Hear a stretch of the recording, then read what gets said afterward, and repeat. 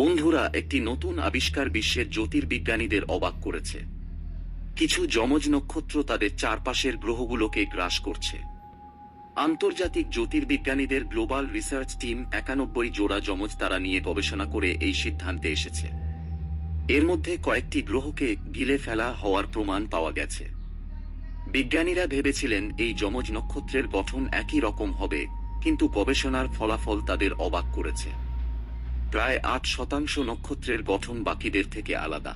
প্রতি 12টি যমজ নক্ষত্রের মধ্যে একটি নক্ষত্র ছিল যার রাসায়নিক গঠন তার যমজ থেকে ভিন্ন ছিল। জার্নালে প্রকাশিত একটি সমীক্ষা অনুসারে এই পার্থক্যটি কারণ এই নক্ষত্রগুলি গ্রহগুলিকে গ্রাস করে। বিজ্ঞানীরা গবেষণার জন্য চিলি এবং হাওয়াইতে টেলিস্কোপ ব্যবহার করেছিলেন। এই আবিষ্কারটিও গুরুত্বপূর্ণ হয়ে ওঠে কারণ এখন পর্যন্ত বিশ্বাস করা হতো যে মহাবিশ্ব আমাদের সৌরজগতের মতো স্থিতিশীল।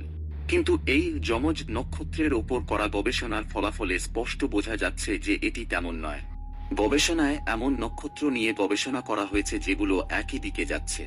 এর মধ্যে কিছুতে অতিরিক্ত আয়রন, নিকেল বা টাইটেনিয়াম পাওয়া গেছে। দেখা গেল এটি একটি তারাকে গিলে ফেলেছে। যমজ তারা একই আণবিক মেঘ থেকে গঠিত হয় এবং একই রাসায়নিক গঠন থাকা উচিত, কিন্তু বিজ্ঞানীরা যমজ তারার মধ্যে রাসায়নিক পার্থক্য খুঁজে পেয়েছেন।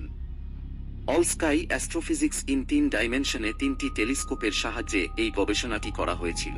আমাদের সূর্য একটি নক্ষত্র। প্রায় 6 বিলিয়ন বছর পর যখন এর জ্বালানি শেষ হয়ে যাবে, তখন এটি একটি লাল দৈত্য নক্ষত্রে পরিণত হবে। তারপর এটি তার চারপাশে ঘূর্ণায়মান গ্রহগুলিকে গ্রাস করতে পারে। তবে নতুন গবেষণায় গবেষণা করা তারাকে সবাই তরুণ।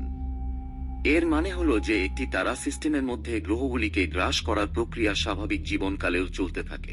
বিজ্ঞানীদের মতে গবেষণার ফলাফল দেখায় যে অনেক গ্রহ ব্যবস্থা, যেমন আমাদের সৌরজগৎ, স্থিতিশীল নয়। কিছু গ্রহ এলোমেলোভাবে সিস্টেমের বাইরে চলে যেতে পারে।